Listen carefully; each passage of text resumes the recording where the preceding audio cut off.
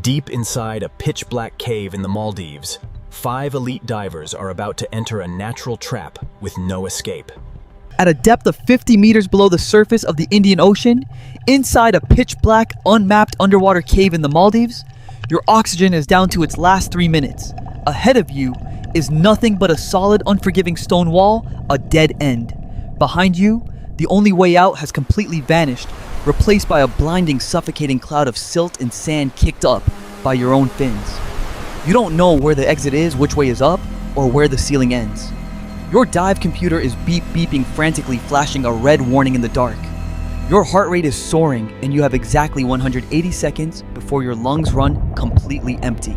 The Maldives, a true paradise on Earth. Looks perfect. It is a place where more than 1 million tourists flock every year seeking peace, luxury resorts, white sandy beaches, and crystal clear turquoise waters teeming with life. It is the ultimate dream vacation destination. However, on May 14th, 2026, this tropical paradise abruptly transformed into the horrific graveyard for one of the most severe, baffling, and tragic diving accidents in modern maritime history. 5 Italian divers. They were absolutely not amateurs or casual tourists on a holiday. They were some of the most formidable marine scientists, university professors, and elite technical divers in the world. They entered the water that afternoon with confident smiles, laughing on the deck of their boat, but not a single one of them returned alive. What followed was a catastrophic chain of fatal decisions, a deadly optical illusion caused by a shifting underwater sand dune, and a natural trap set by Mother Nature hundreds of years ago. What really happened in the terrifying darkness of the Thinwana Kondu underwater cave today, we will piece together the final desperate moments of those who crossed the line into the abyss. To truly understand why this tragedy occurred, we must first look closely at the individuals involved.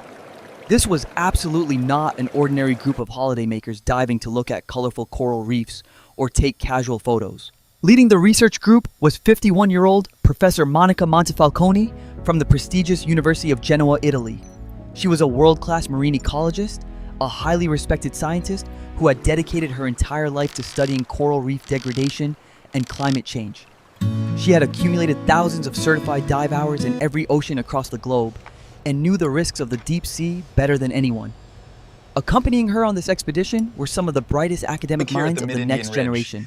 Her young daughter, 23-year-old Georgia Somakal, who followed in her mother's footsteps, 31-year-old research fellow Muriel Audinino, and Federico Gualtieri, an ambitious 24-year-old recent graduate in marine biology who had his whole life ahead of him.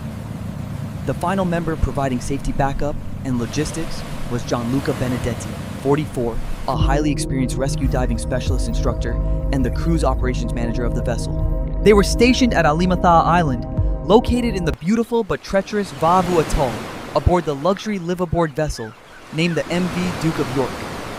The official government-approved purpose of their expedition was to survey, document, and research the growth and health of deep-water soft coral species in the region.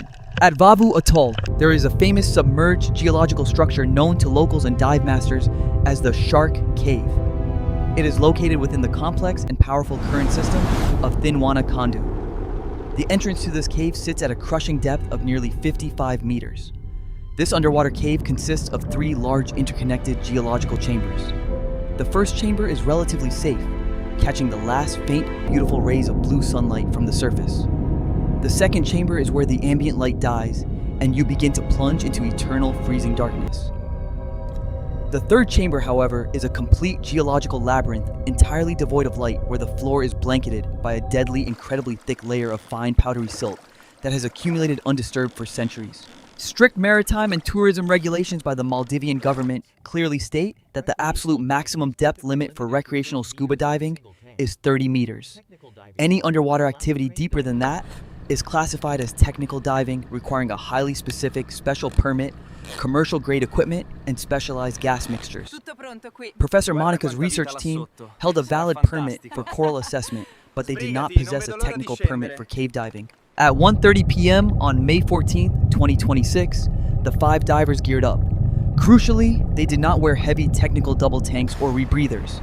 Instead, they equipped themselves with standard single-tank open-circuit scuba gear meant for basic reef diving. They stepped off the dive deck and plunged into the water. Driven by scientific curiosity and perhaps overconfidence, they decided to push past the 30-meter regulatory safety limit. They drifted down past 35 meters, then 40 meters, heading straight toward the dark, gaping mouth of the cave entrance at 55 meters. They had no idea they were walking directly into a biological and physical trap from which there would be no exit. In the global professional diving community, there is a psychological term known as experience creep. It refers to the dangerous complacency born from years of incident-free experience. When you have dove thousands of times safely without a single accident, your brain begins to trick you into believing that you can handle any situation, that you can bend the rules of nature just a little bit. It was this exact mindset of professional overconfidence that pushed this elite group of scientists directly into the jaws of death. Cave diving is an entirely different beast compared to open water reef diving. It is widely considered one of the most dangerous sports on Earth. It demands total darkness training, oversized backup tanks, closed-circuit rebreathers to conserve gas, and most importantly, a physical guideline on a reel. This line is the single unbreakable thread connecting an underwater explorer to life on the surface. In the pitch black of a cave, if you do not have a guideline tied to the exit, you are practically guaranteed to die if something goes wrong. Professor Monica's group swam through the mouth of the cave and entered the second chamber without deploying a guideline. They trusted their eyes and their powerful dive lights. But as they swam deeper into the darkness to inspect the walls, their long fins accidentally kicked down hard toward the cave floor. The fine powdery silt at the bottom, which had slept undisturbed for hundreds of years, instantly erupted into the water column. In diving terminology, this catastrophic phenomenon is called a silt out. Within a matter of mere seconds, the water turned from crystal clear to completely opaque. Visibility dropped from 20 meters to absolutely zero. It was total blinding darkness. Their powerful flashlights became completely useless. Their beams could not penetrate the thick mud and merely reflected off the dense cloud of silt, exactly like turning on a car's high beams against a thick, blinding wall of midnight fog. You cannot even see your own hand directly in front of your mask. Immediate panic began to set in among the younger divers. When a human experiences panic underwater, the heart rate skyrockets, breathing becomes shallow and rapid, and the body begins to burn through the remaining oxygen in the tank, 3 to 4 times faster than normal. Desperate and blind, they tried to hold onto each other and find their way back to the second chamber's exit. But by then, nature had already sprung a cruel Tan and Han optical illusion. According to the subsequent exhaustive forensic investigation conducted by the International Diving Safety Organization, Dan Europe, a recent shift in an underwater sand dune near the cave's junction had created a deceptive optical layout. Looking out from the pitch-black interior, the entrance to a blind, narrow corridor, a hazardous branch of the cave that had never been mapped, on any chart appeared larger, clearer, and more like the main exit than the actual narrow way out. In the midst of total chaos, blinded by the black silt, and with their brains suffering from the early stages of hypoxia and nitrogen narcosis, the divers made a fatal left turn. They swam with all their might, kicking frantically, desperately hoping to catch a glimpse of the blue sunlight of the ocean. But instead, the deeper they swam, the more the jagged rock walls narrowed around them, and the stone ceiling dropped lower and lower. They had officially entered the third chamber, a tight, suffocating dead end. At a depth of over 55 meters, the ambient atmospheric pressure is 6 times greater than on the surface of the Earth. Because of physics, each breath you take at that depth consumes 6 times the volume of air used at sea level. Your tank drains like a leaking bucket. By the time the group realized they had taken a wrong turn and hit a solid wall of rock, the pressure gauges on all 5 scuba tanks had already entered the critical red zone. The body of the instructor Gianluca Benedetti was later found closer to the mouth of the corridor.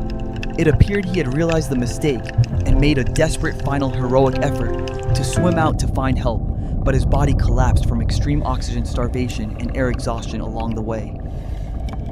The remaining 4, Professor Monica, her young daughter Georgia Muriel, and Federico, were found by recovery divers huddled tightly together, arms linked at the very furthest end of the blind tunnel. They had run out of air completely. They passed away together, embracing one another in the freezing absolute dark. At 1:45 p.m. that fateful afternoon, the Maritime Rescue Coordination Center in the Maldives received an urgent frantic distress signal from the captain of the MV Duke of York. The crew had realized that the elite research group was severely overdue, and their calculated dive time had run out. A massive high-stakes search and rescue operation was immediately activated by the Coast Guard and the Maldives National Defense Force. Boats, helicopters, and military divers converged on Vavu Atoll, But the unforgiving ocean was not done claiming lives.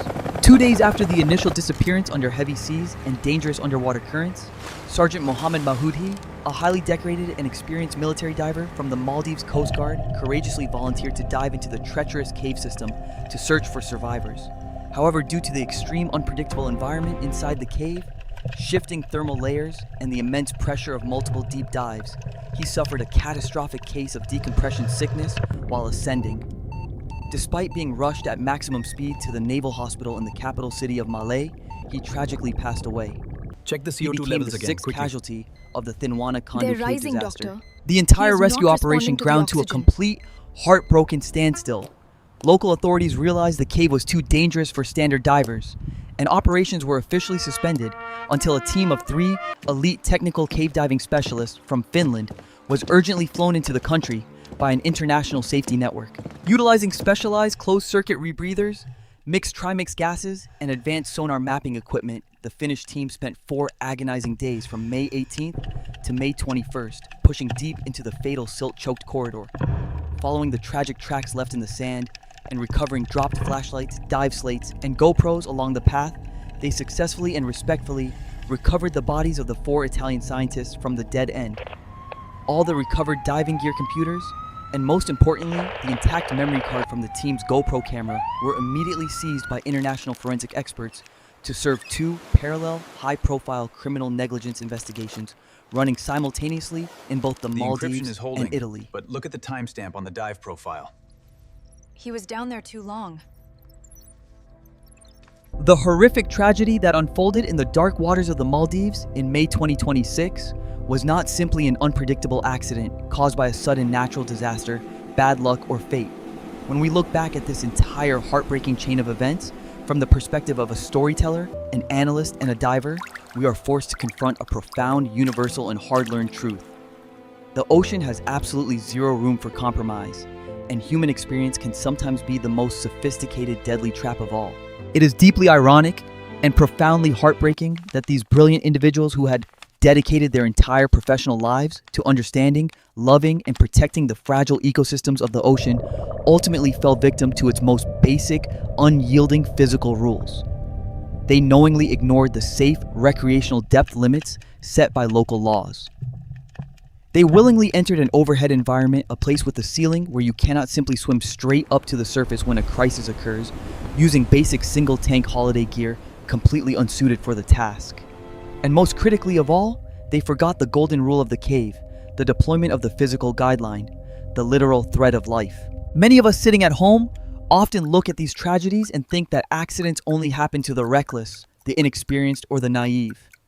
But in the high-stakes world of extreme sports and deep-sea exploration, the opposite is often true. The overconfidence born from thousands of previous perfectly safe hours in the water is actually the greatest psychological hazard. It slowly blinds our natural human survival instincts. It makes us feel invincible. In an extreme environment where crushing pressure rapidly drains your life support, and where an inanimate shifting concat can create optical illusions that easily deceive even the sharpest, most educated eyes, strict personal discipline is the only shield we have. It is the absolute razor-thin line that separates a successful expedition from a fatal disaster. The final haunting footage, captured on the GoPro, found at the bottom of that dark cavern, may remain sealed forever in a government evidence vault, but their story must stay alive with us. It stands as a permanent, chilling reminder for anyone who wishes to push the boundaries of nature. The ocean is beautiful, and it can be incredibly forgiving, but it can also be brutally, instantly unforgiving. Never step across the safety boundary, because the price you pay in the deep is a point of no return.